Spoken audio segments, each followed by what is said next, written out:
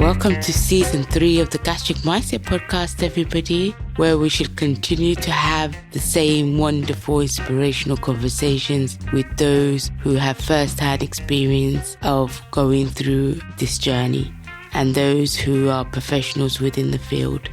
I would love if you could help me grow this tiny podcast.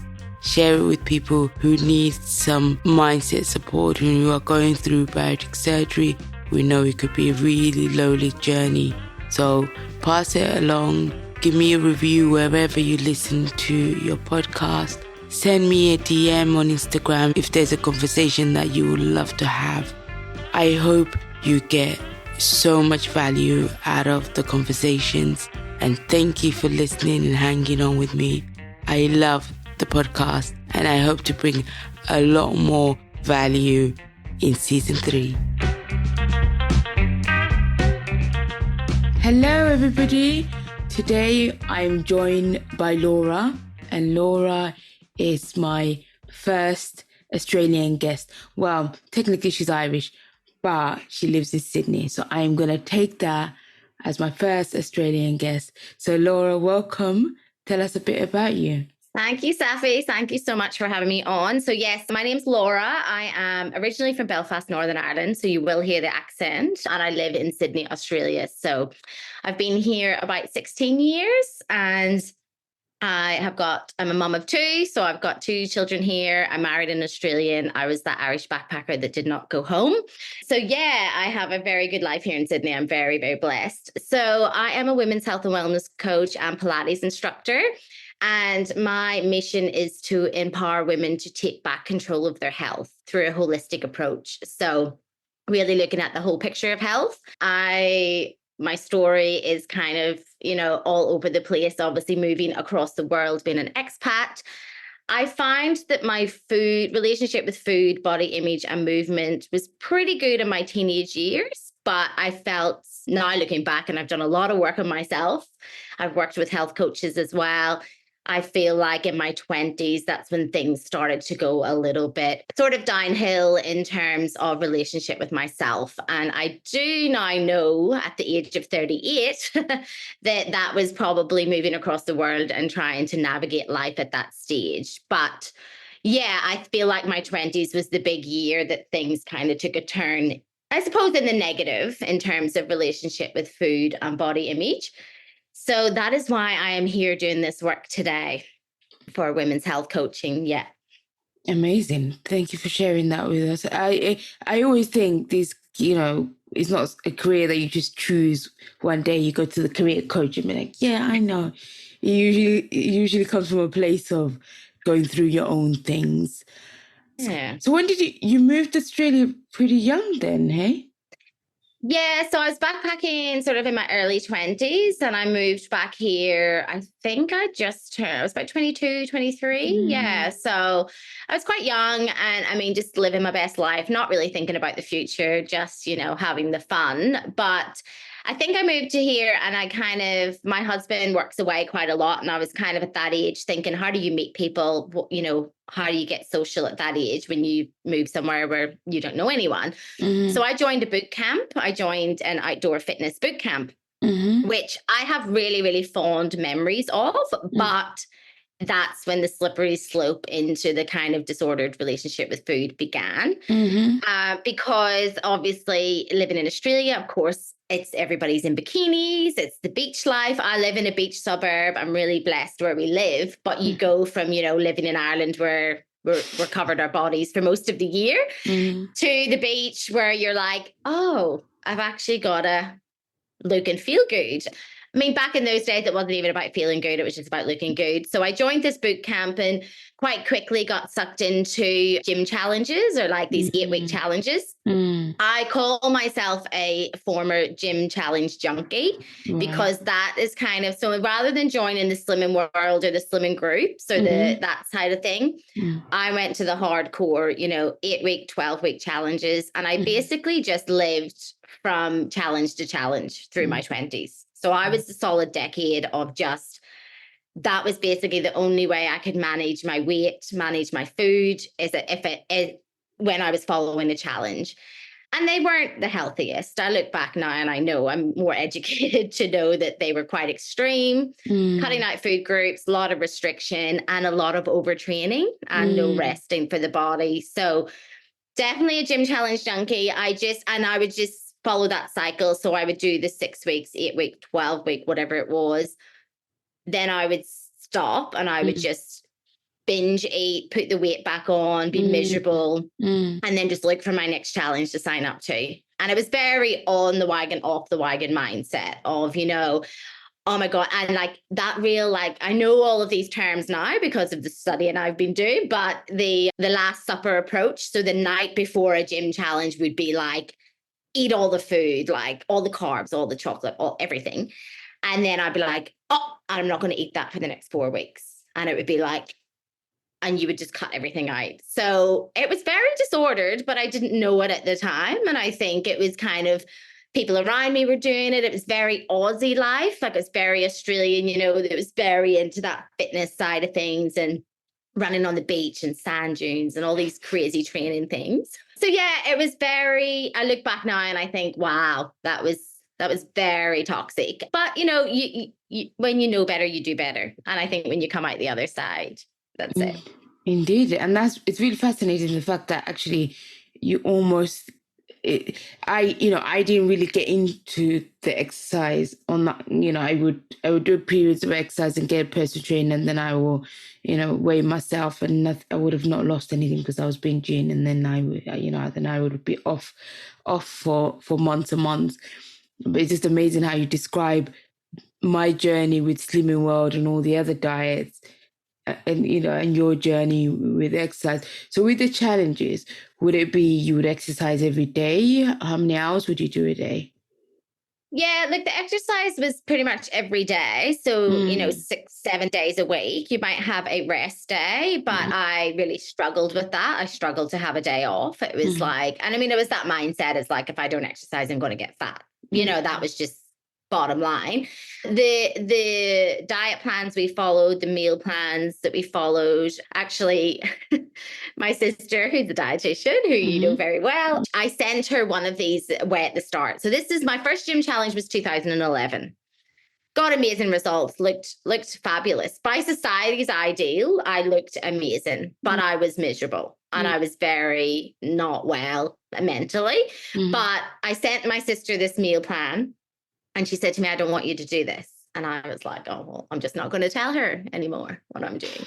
Because the meal plan was very high protein. We didn't have fruit for 6 weeks because it was the whole thing of fruit's bad. And then we had to take supplements just to go to the toilet. Like there was so many red flags. But when you're in that headspace and you don't know, and weight loss is the goal and the body image is the goal, I'm like, there was so many red flags, but at the time you don't know. And a very high protein and very, very strict diet. And just the impact that had on your life, your social life, your relationships. Like I would get to the point where I would be like invited to a barbecue and I would be like, I can't go, like I can't eat the food. I mean, a barbecue, like there's always going to be something you can eat, or I would take food with me to places. Like I would be like, my little container, like I'm on my plan, I'm going to do this. And the impact on the social side of it, the relationship side of it as well. When you're so in that, you just don't see it. You don't even realize. You're just like tunnel vision of this is my gym challenge and I've got to stick to that. Yeah. So it was a lot of overtraining, a lot of burnout. Like obviously you get sick, you get burnt out. Your body is not designed to do that. But when you're 22 or 23, you're like, whatever. And I mean, I didn't obviously have kids back then. I just had myself to focus on. So it was very that mindset. Yeah. Because I wonder, obviously we're a similar age. So we were born in that era, everybody just wanted to be skinny and that was it really. But I wonder, as you referred to your sister, dietitian Gillian, if you haven't listened to her episode, please check it out. She's also my dietitian and she'll be around quite a lot in gastric mindset world. But I guess it was just about being skinny that era. It wasn't about anything to do with, anything to do with health, like you said earlier. But I wonder, Where did that start, do you think? Was that the start of it? Was it just being young and influenced by media? I wonder if was there anything earlier? What was your childhood? What was your relationship with food like during your childhood? Yeah, like we did grow up with the mum and the aunties in the Weight Watchers world, you know. So there was a lot of talk in our house around losing weight, or, you know, we would have everyone would come up for their, you know, afternoon like cup of tea on a Saturday, and it would be, you would just as a kid and teenager hear, I've lost 2 pounds this week, I've lost this, I've lost that. Now again, they're just adults living their lives and doing their things. And in that era, like we didn't know the impact in talking around children around all of this stuff. So again, it was just like my mom and her sisters catching up. Like there was no, you know, ill intent there. And it's no, like you can't blame the parents or anything in that, because they're adults on their own journey, and that was a massive Weight Watcher era. You know, you were counting your points and you were eating this. But that language around children, I mean, it impacts us. And they did comment on our bodies. And again, they were aunties. They were able to say those things. And I don't think they were nasty in a nasty way doing it. But if you ever lost any weight as a teenager, they'd be like, you're too skinny. If you ever did, you know, have your little chubby time, like I kind of look back and think my weight did fluctuate a lot, but I was a pretty happy teenager and I probably didn't let it bother me too much. But there would have been comments like, oh, you put on weight. And I look back and I go, God, that's so impacted us. I mean, in a subconscious level where, you know, they maybe didn't openly say it right to your face, but that chat was happening around us. We always exercise. Like I remember Gillian and I like being 14, 15. There's only 14 months between us, so we're quite close in age, that we went to step aerobics with my aunties, but like we loved it and it was just fun, and it was just like, you know, but I mean, and we always played school sport. Like we all did netball, and, you know, my younger sister and I Irish danced and everything. So we were active. But I do remember going to that leisure centre and going to those step aerobics classes, and it probably was like that structured exercise. And that probably did start quite young, 14, 15, of like, oh, you need to exercise, you know? And yeah, so looking back, there's things, and obviously I've done a lot of inner child work now, so I know this. But again, when you're 22, 23, you don't sit there and go, oh, what happened in my childhood? You know, you're not on that level. So yeah, there was definitely a lot of Weight Watchers chat, definitely a lot of, I've lost this amount of weight, I need to lose this much. You know, they're going on holidays, you know, oh, we need to lose weight to go on holiday. Like just those conversations being around is very, you know, very impactful. Definitely. And I think if anybody who's our age, you know, escaped that, they were very lucky. They would have to be living under a rock somewhere, because it was everywhere. It was every part of society. Yeah. It was, that chat was there. So it's, you know, and I think that's why it's hard as parents, having to be really aware of your language and everything that you say around your children. And so anyway, so in regards to the people you work with now, what is your approach? You know, in Australia, I suspect the pressure's still there, right? Beachbody. Yeah, look, it is. Obviously, I'm older, so it's hanging out with those older mums has changed the kind of dynamic. But another part of my story is I'm a runner as well. So in the fitness world, but I'm a runner. And back in those days, I very much, running was a weight management tool. Like if I wasn't running, I wasn't managing my weight. And now I'm still a runner, but I'm just a happier runner. And I still do crazy things, but it's very different. So I'm around a lot of different people. And I think over time, I moved into different spaces where it was still very active and fit, but it was more healthier mindset. So that impacted my journey. But I got to about 2020 and I was a stay-at-home mom. I stayed at home for about 2.5, almost 3 years with my children. And when in that space, I was very blessed and lucky to be a stay-at-home mom and really have that opportunity. But that really impacted my self-worth, my self-esteem, and my ability. And I was really at a crossroads of my career on what I wanted to do, where I wanted to go. And I was just feeling stuck, but I was in that headspace of like, I need support. I don't know what, I don't know who, but I can't live like this anymore, in terms of I was still very focused on my weight. I was still on these diet cycles, and I was like, this needs to end. So I actually beautiful Instagram world, started following a few health coaches, didn't even know health coaching was a thing, didn't even know it existed. And I actually worked with two based in the UK as well. And it just changed my life. And I was like, I can help women with this. Like it just impacted me so much that I was like, this health coaching is a bit of a gap in the system in terms of people that maybe don't have fully diagnosed eating disorders, but they just know things aren't right, or they're just struggling in that space. There has to be an option for these people, because it's like, I knew that, you know, I needed support, but I was like, I don't feel that I need to go to my GP. I don't feel like my mental health needs a psychologist. Like I was in between that stage of like, I just need someone, but I don't know who. So working with these health coaches really changed my life. And then we went into lockdown in 2020. And I was like, okay, universe, I've got more to give. I want to, you know, I want to do something with helping women.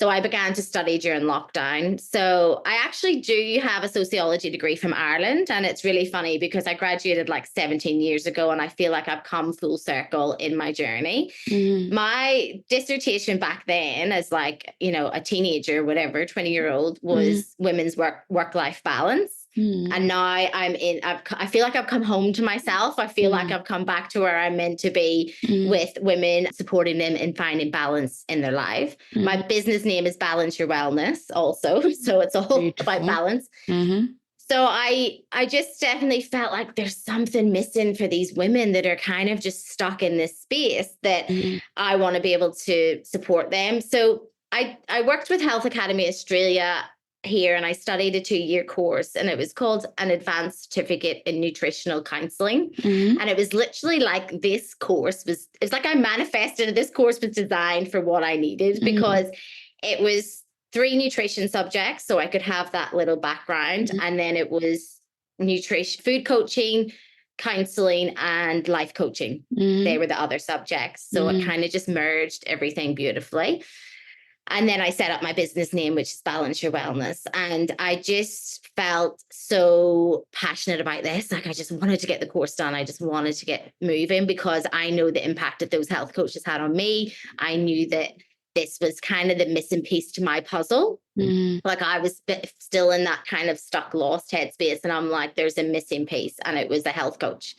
And like I say, it's kind of for those people that are kind of in the middle of the system, I guess. They're not maybe getting the professional support, maybe not seeing the GP, maybe not in a clinic, maybe not, you know, on the surgery level, but they're kind of going, I'm struggling and I don't know where to go, and I need that support. So that's kind of where the health coaching came in for me personally, and now as my job. Amazing. That sounds awesome. Sounds like a great course, because you've got the mindset and then the nutrition, you know, element of it. So it sounds great. And I wonder, you know, there's a lot of women out there, and, you know, the bariatric community also, that actually it's really daunting to go and get psychotherapy or really deal with some of the deeper stuff. But you just need somebody to kind of hold your hand a little bit, to kind of, you know, get you through. And I think there is so many options. There's so many different people that you can work with, and that's great. So in regards to with health coaching, because I don't, you know, there's so many different coaches, so I don't. Yeah, coaches for everything. Yeah, fantastic. I love it. So, you know, what's your typical, so if I came to you, what kind of stuff do people come with? Is it a lot to do with the food, or is it just about finding balance? And yeah, so for me, it's about really just helping people improve their relationship with food, body image, and movement as well. Movement's a big thing. I think it's really just improving that relationship with yourself, and it's really getting the message out there that really, until we go to the mindset and do the inner work, we are not going to be able to work on those other, you know, your relationship with food is not going to improve until you do some of that inner work. And I think sometimes we focus so much on trying to eat better and do better and, you know, get an exercise routine and go, you know, do all these things, but we're not really, the missing piece to that puzzle is the inner work. And it's like, I offer a 6-week and a 12-week program. So introduction to the wellness mindset, and then Balance Your Wellness with Laura. And it's basically it's funny because people come to me and we'll do like an initial consultation call and they'll have a chat, and I basically just get a bit of their history, see where they're at. Now, the thing is too, I always assess people to see if I am the person that can support them, because there's times that I don't think I can help these people or I refer them on. So I really take a look at who do you need, what do you need, because it might be a dietitian, it might be a naturopath, you might need to go and see your GP. Then you can come back to me, or they may start with me, they may do 4 weeks with me, and then I say, okay, here's a dietitian, I think you need to do this and this. And that's based on their medical history, their needs, their mental health, like anything like that. So I don't always just take them into my program. I'm always conscious of like, am I the right person for you right now? Because you might come back to me in 6 months, you might come back to me in a year, but we just want to assess who do you need at this moment? Because like I say, people don't often know what support they need. Like they just are like, I need help. Who is it can help me? And then we go from there. So I'm very big on that referral program. I'm trying to build that here in Sydney to have those people that I can rely on and say, okay, this person needs a dietitian. She's got medical stuff. She needs a bit more help and that side of things. So yeah, the initial consultation is just really a chat about where you're at, what you need, what brought you on the call, why are you here? Like often that alone will tell me what's going on, because I'm like, what made you get on this call today? Which is great. And then, yeah, I just basically, it's so individual and personalized. So I know there's a lot of group coaching programs out there, and that's maybe something down the track. But right now, the one-on-one for me is the biggest thing, because this is your journey. This is your story. And you've got your lived experience. You've got your childhood, whatever went on there. And then you've got your current lifestyle. So I can't, I can only really program for you and do what you can fit into your life. So yeah, it's very personalized. And then, yeah, they can opt for 6 weeks or 12 weeks. I think 6 weeks is still a little bit short. I think we're just kind of getting into it. And I think 12 weeks is really like the 3-month container is really good. And then it's really interesting because people come to me initially with their food. Like they'll go, like, I just, I'm maybe binge eating or I emotionally eat. And a lot of people have the buzzwords, like they'll say, I emotionally eat, but like they won't put the dots together of why or what's coming up. So we go deep on that. But it's funny, I had a client say to me, we haven't talked about food in a really long time. And I'm like, because it's not really about the food. Yeah, it's really about the food. Yeah. And she said, oh, we haven't really talked about, you don't really ask me what I eat. And I'm like, because that's not what it's about, So it's kind of getting them to see. So I don't give out meal plans. Like I don't do any of that. People will ask, people will come, are you going to give me a meal plan? That's not what I do. And I'm very big on that on my social media, telling people like, don't come to me for meal plans. I'm not going to give you one because I could tell you what to eat and go away and do it, but that's not doing the work. So I think it's just changing that mindset for people that, because I did it. I lived off other people's meal plans and exercise plans for a decade. And yes, I got results, but I was miserable. I couldn't sustain that. And then I would put the weight back on. So I'm getting people away from that as much as I can.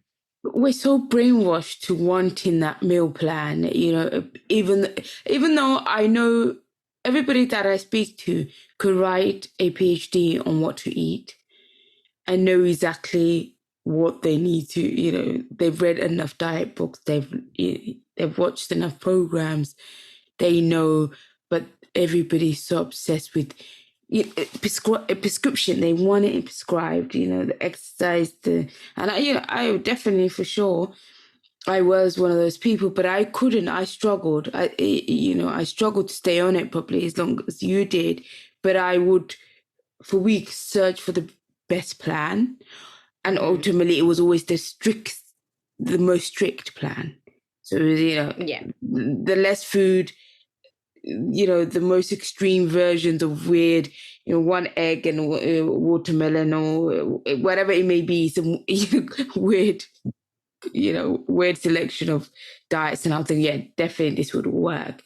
But I do get women. I get women that come to me, and the biggest thing is I know what I should be doing. I'm just not doing it. And I say, okay, well, you're in the right place. Okay. And then I go, what should you be doing? And then you hear those stories like, I should be doing this, I should be doing that, and then it's everything, people they'll hear about intermittent fasting. I should be skipping breakfast, but I'm hungry when I wake up. And I'm like, oh, should you be skipping breakfast then? And it's really getting their story. Like the biggest statements are, I should be doing this, but I'm not. And then we're like, okay, well, why should you be doing that?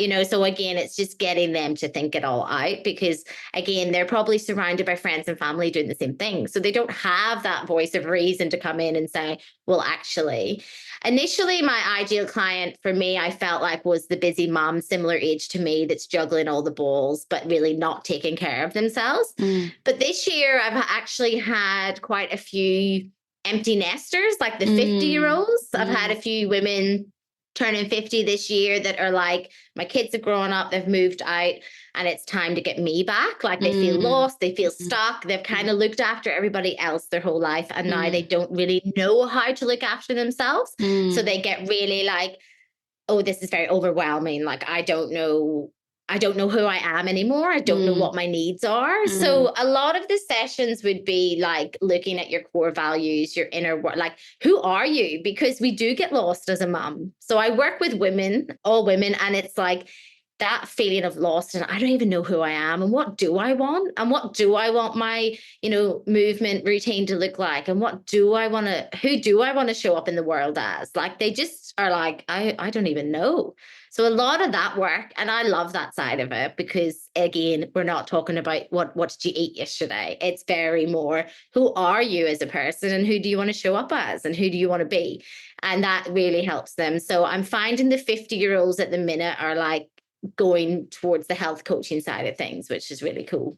Amazing. Yeah, and I think ultimately we both know the answer is self-care and being able to put boundaries and deal with all those things. And as women, we really struggle with that. But I don't know what it is about the fact that as women, putting ourselves first is deemed as selfish. So the idea of, I'm a mom, but that should be my number one thing, or I'm a wife, or work, whatever it is, rather than take that extra time. And don't get me wrong, I struggle with that. Take that extra time to do my breath work, or to plan my, just pack my meals and kind of get organized. And I feel selfish because I just think, what I should be doing something else. There's homework to do. There's something to organize. School wants something, So yeah, definitely. I talk to my clients about showing up for yourself first so you can show up for other people. And I know we hear a lot of these kind of statements and we're like, yeah, whatever. But, I say to them, like, how do you expect to show up as a good mom if you haven't met your basic needs? Now, I'm talking about basic needs. I'm not talking about the fancy going to a day spa, and spending all this money and doing all these things. And, the biggest thing, obviously, I hear is I don't have time. And I'm saying to them, 3 minutes of stretching in the morning before you even leave your bedroom. Like, this is how basic we're talking. Like having food in the house that you enjoy, but stuff that's easy to grab, and things like that. And I'm like that, and really redefining self-care, because yes, we've got this whole thing of self-care needs to be like a night away or a day spa, this big thing. And I said to them, just preparing your breakfast is your self-care, drinking your water is your self-care, moving your body is your self-care. And it's like, you need to be able to at nighttime reflect and go, how did I care for myself today? And if it is, oh, I made a really nice lunch and I really enjoyed it, like, oh, I looked after myself. And it's kind of giving yourself that, because you're worthy of that. And it's really about that self-worth. And I say that to moms all the time. I'm like, how can you be a good mom if you can't be good to yourself? And they go, oh, that makes so much sense. And it kind of hits differently. And it's also not giving a list of chores. Like, self-care can become like, I do get people say to me, like, oh, I just can't meditate. And I'm like, well, don't. Like, that's okay. If it's stressing you out and it becomes a list of chores, then number one, you're never going to stick to it. Number two, you're going to hate it. And it's not actually improving your wellness. So don't do it. And they're like, oh, I don't have time to journal. Oh my God, it panics me. And I go, well, we're not journaling then. Like, hey, this is meant to add to your life. It's meant to enhance your life. It's not meant to add more stress. And then they go, oh, okay, well, maybe I'll journal once a week. And I go, perfect. You can have journaling, can be a weekend thing. Like, it doesn't have to be. And I think, it's same as social media. There's such big, your morning routine, your nighttime routine. And it gets to the point where people get more overwhelmed, they get more stressed, and then they feel worse that they haven't done all of these things. And then I'm saying to them, well, how is this healthy? Like, how is this adding to your wellness? So it's about stripping it back and making it fit into your life, how you work, what children you've got, whatever the partner's doing, whatever it is, it has to enhance your life. And if it doesn't, get rid of it. And that's simple. Simple as that. Beautifully said. I think, if you spend too much time on social media, then you would think, I need to get up at 5 a.m. and I need, to go and have cold showers and all sorts of shenanigans. You could go into that weird tunnel of, all the creams and all the, I think I lost a whole night watching all the creams or all the night routines, facial routines that I should be doing. Did you think I didn't follow any of it. I just got overwhelmed. And I think that, people then kind of associate self-care with expensive as well. And then they're just like, well, I don't have the time and I don't have the money. So then they just don't do anything. And I'm like, well, that's the whole point of keeping it simple, keeping it basic, fitting it into your life. And that comes under like our daily healthy habits as well. Like just having these daily healthy habits, so simple, you don't even notice you're doing them, becomes your lifestyle. You're making the kids breakfast in the morning, you pour your glass of water, you have your water, like you start your hydration for the day. While you're in the kitchen, you're already doing breakfast, like just fitting it into your roll on, like chores and things that you've got to do. But it's so simple, you don't even notice you're doing it. Because if we have this big list of daily healthy habits, again, it's another tick list, it's another chore, you will not do it. And it just takes us back into that diet culture mindset of failure. Like I'm not doing it properly. Like I do get women say to me, I'm not doing it right. And I say, what do you mean? But their mindset's so in diet culture. Like I did have a client actually say to me a few weeks ago, I don't feel like I'm doing the work. And I said, okay, because with diet culture, it's like it's right or wrong. It's black and white. It's like, yes, I followed my whole routine for the day, so I'm doing it right. Oh no, I didn't, stick to this meal plan, so I've done it wrong. I'm failing. So I said to my client, sorry, what? You're not doing the work? And she goes, oh, I'm just not doing the work. I just haven't done the work this week. And I said, have you showed up on this call? Yes. Are you thinking about the work? Yes. Is your mindset? And like we started to talk about it and she went, I said, this is the work. I was like, just having this conversation is doing the work. And she went, okay. And I said, because diet culture has that tick list. And if we then are trying to move away from that, we do get sucked back in where we're like, I'm not being perfect. I'm not ticking the boxes. Oh, therefore I'm failing or I'm not doing it right. So it's trying to get away from that mindset. And it's really hard if that's been your whole life. It's really hard if that's been your whole adult life. But the thing that I just wanted to touch on something about the gym challenges that I was doing and even the slimming groups and the food groups. Back in those days, they didn't talk about sleep routine, mental health. Like I look at those gym challenges and it was like, here's a meal plan. Here's where your training is. You need to turn up.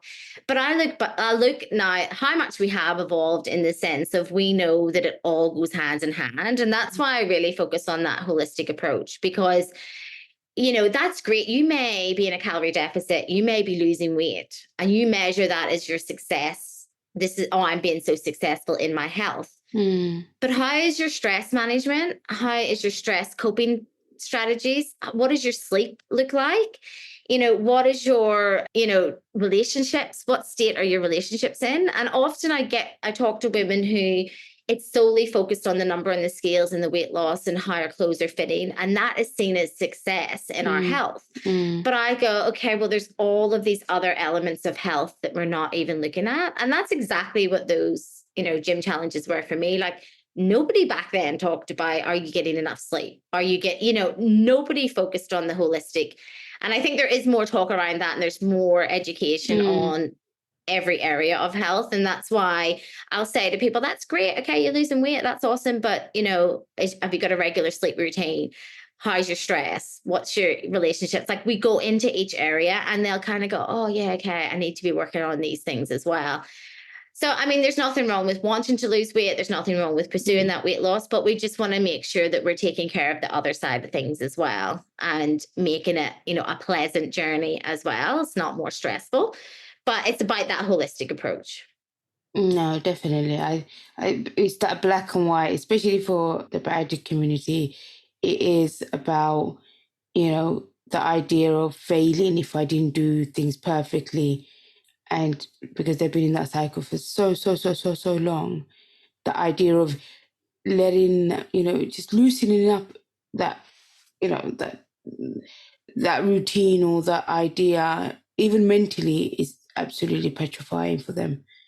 Yeah. And, I know I am one of them. So I know, and I know from just being part of the community that, it's still very much like, come on, don't fail again. Don't fail your, you know, don't ruin your weight loss surgery. Don't stretch your pouch. Don't break it. You need to be, make sure it's so really harsh rather than what you're saying, which is great, which is that whole looking at every aspect of wellness and that being your marker of success is not just what you weigh, especially as we get older. So tell me, exercise. So, it's something that and I think, a lot of people would resonate with me. It's something that I know is important, but it's something that comes with a lot of baggage because psychologically it was always really painful, embarrassing. Going to gyms always felt really, really hard. And so psychologically there is that block sometimes. But in long term, especially for people who've had bariatric surgery or any diet really, if you don't put in some kind of movement, the percentage of you regaining is, it's up in the 80s. So it's quite high within the first 5 years. So we do need to incorporate exercise, movement on some level. So what would you say to somebody, say it to me, what would be the first thing we could do if we've always wanted to exercise and run, but have always been scared to, really? Yeah, definitely. It's again, it's a big part of the work that I do. It's reframing that whole relationship with movement. So just everything you've said right there, it's about looking at those beliefs, going deep on those beliefs and being like, where did they come from? We know a lot where they came from, childhood, bad experiences. We really work through that, talk about, bring all that to the surface and go, okay, well, we want to reframe this. So I incorporated Pilates into my coaching business last year. Again, I'm very much a people person, and the working online Zoom thing, like, again, I was like, I'm going to work from home. It's going to be amazing. And I got to mid-year last year and I was like, I miss people. Like, I want to be around people. And I thought, how can I do this? And I used Pilates. So I did an ultra marathon last year. So I did 50-kilometer race in the Blue Mountains. I am a marathoner. I've done marathons, but last year, 2023, it was amazing to do it with this beautiful mindset where I was like, I want to enjoy the journey. I don't care about race day. I just want, and the thing about it is the body that I'm in today, it's a lot different to the body I'm in those gym challenge days.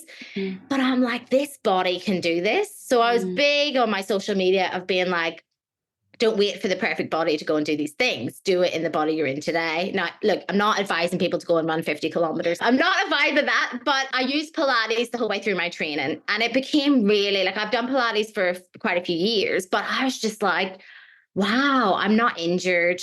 My recovery is really good. Like, more and more learning about the actual functional movement of it and being like, wow, this is really good. So the reframe that I use with my ladies, and especially those ladies coming into their 50s, is it's functional movement for your old lady body. So I say and I say this in my Pilates classes, we're not here for our bikini body, we're here for our old lady body. And they all laugh, but I'm like, no, seriously, like, you want to be able to sit on that toilet and get yourself up. You want to be able to carry your shopping bags. You want to be able to tie your shoelaces. And they all laugh, and I go, no, but seriously, like, we want to be doing these things for as long as we can. So when we start looking at movement from a functional perspective rather than a weight management tool or a chore that I have to do this, I just am like, start really simple. There is nothing wrong with walking. Like, you don't have to be a runner if you hate running. Like, again, I'm saying to people, why do things that you hate? Because you're never going to stick to it. Yeah. You're never going to love it. you're going to have this constant mind battle of, oh, I should go for a run. I should go for a run. And then you'll find all these ways to avoid it. So it's about starting simple. It's about finding things that you like. I mean, I used to smash myself at the gym and do all these things and hate it. And now I'm very selective with the movement that I do. And it's also that mind-body connection. So getting in tune with what does my body need and how am I feeling today? And I work on that with clients in terms of knowing when you need a rest day, knowing when you can push through, like getting rid of those excuses and having a look at the narratives and the stories that you have. But my biggest thing is starting really simple. Walking is fabulous. You do not need to pay for it. You can go out your front door. You can do 15 minutes, 20 minutes. You can build it up. Don't try to do things that you hate because you're never going to stick to it. Pilates for me is very much functional movement. It's suitable for all age groups. It's suitable for all body types. It is, we start with the basics in the class. I give challenges if people want more. People are made to feel included, inclusive. I put it in all of my posts, all bodies welcome. And my age range is between a 14-year-old boy to like 68-year-old lady. Like this is my age range of people doing Pilates, which is awesome. And when people start to see that they can do things they once couldn't, or maybe a few weeks in, they start to go, oh, I couldn't do that a few weeks ago. That's where the love of movement starts to come, because you start to go, oh, my body's actually improving. I feel stronger. And it's just about looking at that, again, looking at the holistic approach to movement and not just have it as I must move because I'm going to gain weight if I don't. It's more about how am I feeling? How am I functionally moving? What niggles? What needs work? And coming to Pilates is really good as well, because you will start to get more in tune with your body. Oh, that feels tight. And it really does help people to get connected with their body, because again, diet culture takes that away from us. Like when you've been on this diet, you are just so focused on what you're eating and weight loss that you're not listening to what your body needs. So it's bringing that back to yourself, of that connection between, okay, what do I need today? How am I feeling? It's the check-ins. I'm massive on the check-ins. My clients laugh because I'm like checking in not just a check-in every day. It's every hour. It's every minute if you need it. What do I need right now? Okay, how am I feeling? What do I need? And that comes with movement as well. Do I have a lot of energy? Could I go for a run? Could I step it up today? Or I'm feeling really sluggish and tired. A walk is going to be better for me. It's about coming back to yourself and taking that power and control back. Because again, when you're given a meal plan or you're given a personal training plan, that's somebody else telling you what your body needs. That's not you checking in with yourself. So it's about taking that power back to your movement. And like anything, I mean, I'm so big on consistency. There is no point doing something for 2 weeks and never doing it again. Yeah. And that's why with my Pilates students, like I sell class passes in 10 weeks and 6 weeks. And I'm like, you need to show up. And again, it's a self-care practice. It's showing up for yourself. Like if you do have lower back pain, or you're struggling to hold your kids, or you're struggling to keep up with your children, it's a self-care practice to improve that and to help that, to be able to then feel good in your family and want to do things together. And it's the whole cycle of that. So definitely changing the narrative and having those conversations about what does movement bring to you, to help people see there's so much more to it. No, amazing. And I think as somebody, I don't know where you stand on, when it comes to addiction and food. But I definitely think some people have addictive traits, and food can definitely be. And mine, and I'm impulsive, and with that comes the need for gratification and things to show really, really quick. And I think that's why I really struggled. I'm also neurodiverse, so that probably has something to do with it as well. But the idea of you saying to them, I think that would have made such a big difference if, when I was going to Slimmer World, if they said, well, if you stick to it and just turn up for a year, you will lose the weight. But nothing was ever. So the fact that you tell your clients, buy this much and be consistent and show up. And I now realize with anything, actually, with everything, flipping heck, I want my podcast to grow. Everybody knows.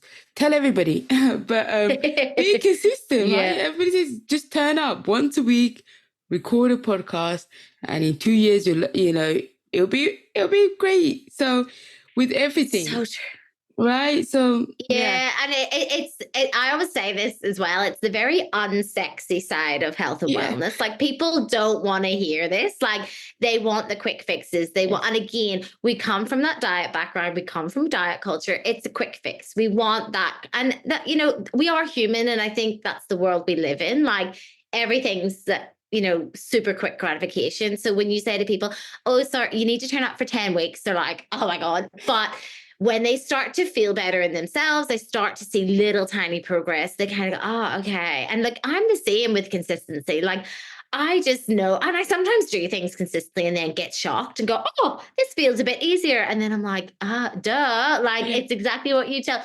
But we're all human, and we do, again, I try to say to people, it's consistency, but it's not perfection. And I say to people, like, one of my big mottos for everything, business, everything, is progress over perfection. Like, definitely. Just because, we're like, "Oh, if it's not perfect," but then I'm like, have you made progress? Have you committed to yourself? And I think with the mindset, with movement as well, and a biggest thing for me, and what I've learned probably over the last 2 years, is when I follow through and do what I say I'm going to do, whether it's like I've booked in that Pilates class or I've booked in something and I go and do it, like, it's a little high five to yourself. You're like, "Oh, check me out. Like, I did that."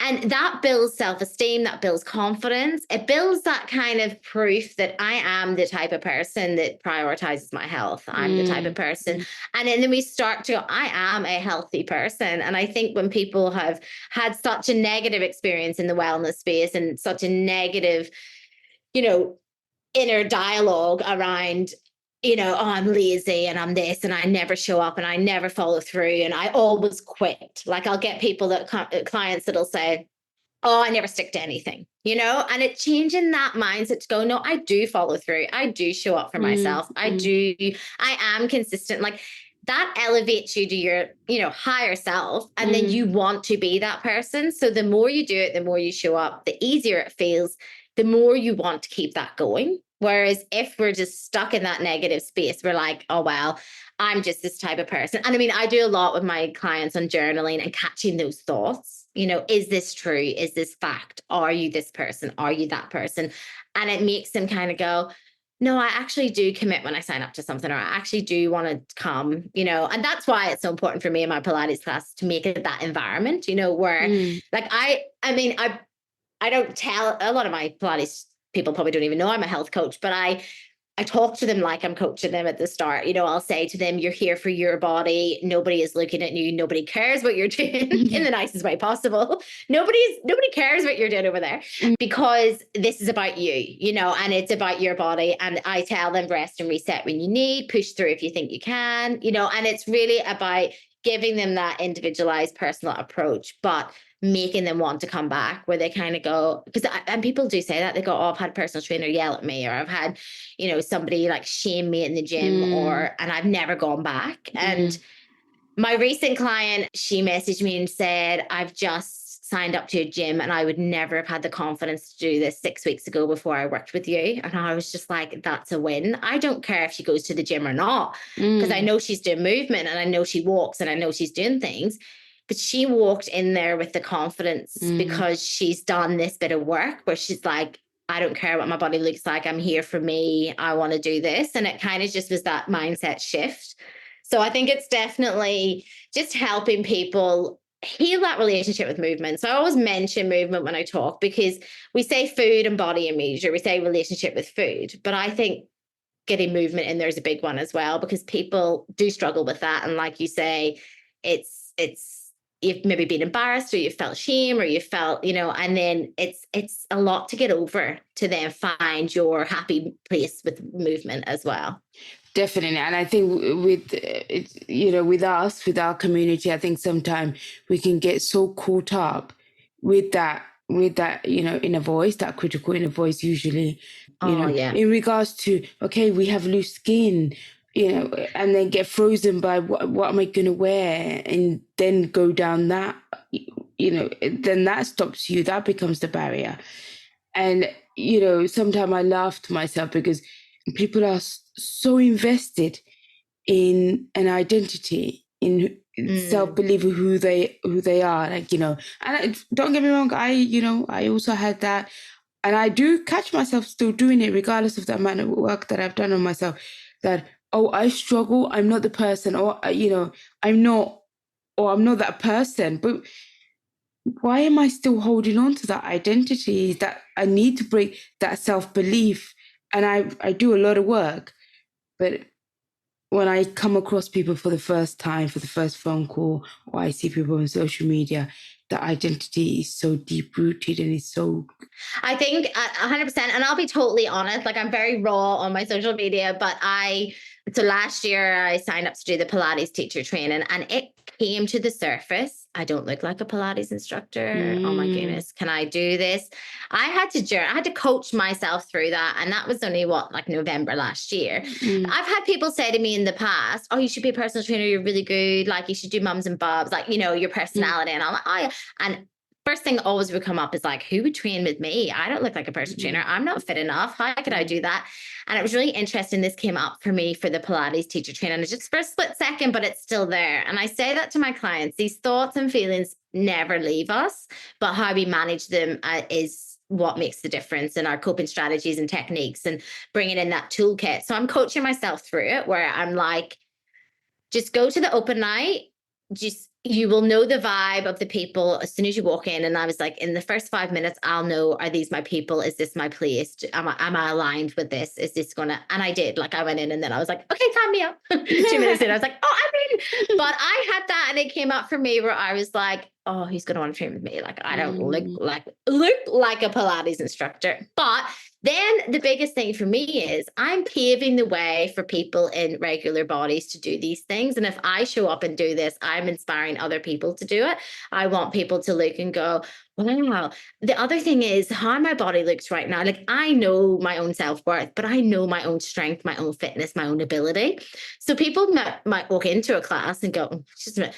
And then I know I can demonstrate the moves. And then people go, oh my goodness. And then I know in my own classes, I've got all body types. And you could not tell what people can and can't do. And there's movements that the thin people go, oh, I can't do that. And then there's bigger bodies doing different things. Like you cannot pick a person's fitness by what their body looks like. And I know that from my experience. But it's interesting how it can still come up. It still bubbles up to the surface, and I've got to catch it. And my biggest thing is I'm actually teaching in a new gym tomorrow, which is like brand new build gym, and it's 15 reformer beds, and I'm stepping up. I haven't taught that many people. I could easily go down that rabbit hole. I could easily spiral into that. Oh, and like I'm also probably the oldest instructor there because they're all pretty young. So I'm laughing like I'm the mum. I'm representing the mums. I want the mums to feel comfortable to walk into that gym and come to classes. I want them to see me up there. I want them to go, oh, she's a mum too. She gets it. Like she's, and it's actually flipping the script of being like, I could go down that rabbit hole of I'm not wearing a crop top. I don't wear this. I don't wear that. I don't wear this at the gym. Or I can use this as an opportunity to go out there in the world and say to people, you can do anything, and it's not based on what your body looks like, and so I'm flying the flag for those women. But has it been easy? Absolutely not. Does it still come up for me? Yes, but I can manage it, and otherwise I wouldn't be living my true potential, and I wouldn't be helping those people. And and my Pilates classes, the people coming back is proof that it's helping people and it supports those people. And, I could say, oh, I'm not going to work in a gym until I lose X amount of weight. But what is that? It's taking me back. It's not moving me forward. Yeah, no, definitely. And but it definitely came up in November. I had to check in with myself and say, ooh, this is interesting. Like this is coming up for you, but you work through it and you have the skills to do that. And I always think sometimes it's there to keep us alive, and it's just we got to just quieten it down and dampen it down, and we're never going to get rid of it, but be open to the fact that it's there and it's there to keep us alive, but that's it really, and not let it be our bottleneck and stop us from moving forward and achieving things, and block us from our own abilities. Because sometimes I can look at your body, and your body is the envy of many people, including me. But then I could go online, and think, oh God, the way I sound, the way I look, my color, everything. Your brain will always bring something to give you a reason to not do what you want to do. Absolutely. And so many people go through that. Exactly what you're saying. It doesn't matter how thin people are or whatever they look like. If you talk to them, they will actually be like, oh, I hate this part of my body. I hate this. Like, not very many people are sitting there saying, oh, everything's perfect, So I definitely think, yeah, everyone's got their thing, and that's okay. It's just how you manage it. Exactly what we're saying. Yeah. Yeah, it's just how you work with it, and knowing that it's okay. Everybody goes through it. Nobody, we're still alive with going through an exercise class. I think I've always I used to love Zumba, and it's something that I've been thinking about doing again, but just time. Yeah, and finding your people. Yeah, finding your people and finding your tribe. Like, I think if you are really, anxious or overwhelmed, get a friend, get someone to come with you, like go with someone, and also just like shop around, do trials, go and see things, and quickly you'll know, nah, that's not for me. And I just think when you find your thing, whatever it is, like you find your thing, you will just, again, it just becomes part of your non-negotiable, health practices. Like, it fits in. And I think time is a big thing for people, but again, just prioritizing it as well. And it's fine for me to say that. And I know, it's okay giving out this advice, but reality of people's lives, if you're working full time, you've got kids, it is very difficult, but it's still about just finding what works for you. And again, it's just personal to your lifestyle. And I just think even if we just did a bit of YouTube, there's plenty on YouTube, and my phone would tell me the amount of time I spend scrolling on social media. If I really wanted to find the time, there's the reality of how long I was. Yeah, and starting small. Like, I think sometimes it's the same when we go on a diet or do a gym plan. It's like, I'm going to train 5 days a week starting from next week. I mean, you're jumping from 0 to 100 straight away. Yeah, it's like the reality of actually sticking to that all or nothing approach. It's like, if you're doing absolutely nothing and you start with 1 walk a week, then 2 walks a week, it is better than nothing. And I always think that with movement as well. And I say that to people, something is better than nothing. So if you only have 15 minutes, but you've been sitting at a desk all day, 15 minutes of like stretching, a couple of squats, maybe a couple of lunges, like a walk around your garden, like that is better than doing nothing, just trying to get your steps up. It's like you've gone from 0 to maybe like, 10 or 20 rather than jump into that big one, because it's just never the reality of sticking to that. We just get burnt out straight away and too hard basket, and then we go back to nothing. Amazing. And and it will add up within 1 year. It would add up. Yeah.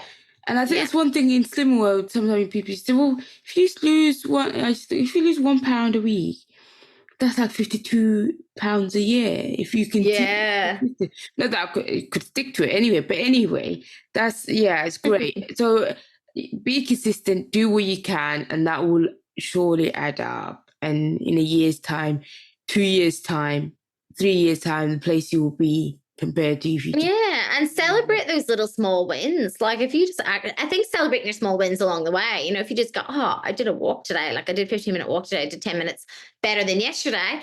Don't always be in the headspace of like, it's not enough, oh, I never went to the gym, or like, I think we have glamorized the whole gym as like, it's got to be like 60-minute session, it's got to be really hard and got to lift really heavy. And it's like, actually, do you know what? Like, celebrate those little wins of being like, oh, I did that walk today. Like, I'm the same. My kids, we live around the corner from the school, and I'm like, every week I'm like, we're going to walk at least once this week. We're so busy, you don't. And then when we do, we're like, look at us walking. We're so good. Just celebrate those little wins. Amazing. Like, just, it doesn't have to be big and fancy. Amazing. Laura, thank you so much. Laura, so dyslexic, my name. I'm so bad at names. Thank you so much. The time is we could talk about this forever and ever. That's it. But where could we find you? Yeah, tell us about. Yeah, so I'm on Instagram mainly, Balance Your Wellness with Laura. If you type me in Balance Your Wellness, I'll come up pretty quick. And then, yeah, I do have a Facebook group called Nourish From Within, and it's a private Facebook group. It's really small. It's a private container for people who want to improve their relationship with food, body image, and movement in 2024. And that is really specific to those people on that journey. So my Instagram's a little bit of everything. There is a link in my bio on Instagram where to find me, website, everything as well. But the Nourish From Within Facebook group is amazing because it's really specific to these topics. So I do a live every Monday, and it's really specific to what comes up for clients. So it's just different topics on different things. And I really like it because it just takes out the other noise. So there's no Pilates, there's no anything else in there. And then, yeah, just Balance Your Wellness with Laura Instagram. So yeah, come find me. Fantastic. And I will have everything at the bottom. You send it all to me, and then I'll put it at the bottom of the That's okay, thank you. at the bottom of the episode. Well, thank you so much. So everybody, just in case, I'm sitting in a room that I don't usually record because it's 11 o'clock at night. So I'm sorry. There's still cars out there, so I'm sorry about the car noise. I'm also a bit sorry about my energy because it is 11 p.m. Thank you so much. Time difference. So yeah, just but it's been an incredible conversation, and I'm really, really grateful, and I know people will get loads from it. I appreciate you for being here with me. I hope you got some value from this episode. If so, please give me a review. It will make me super happy and support others from our community to find the podcast. Share it with your Barry bestie. Connect with me on Instagram at Gastric Mindset. It'll be wonderful to hear from you.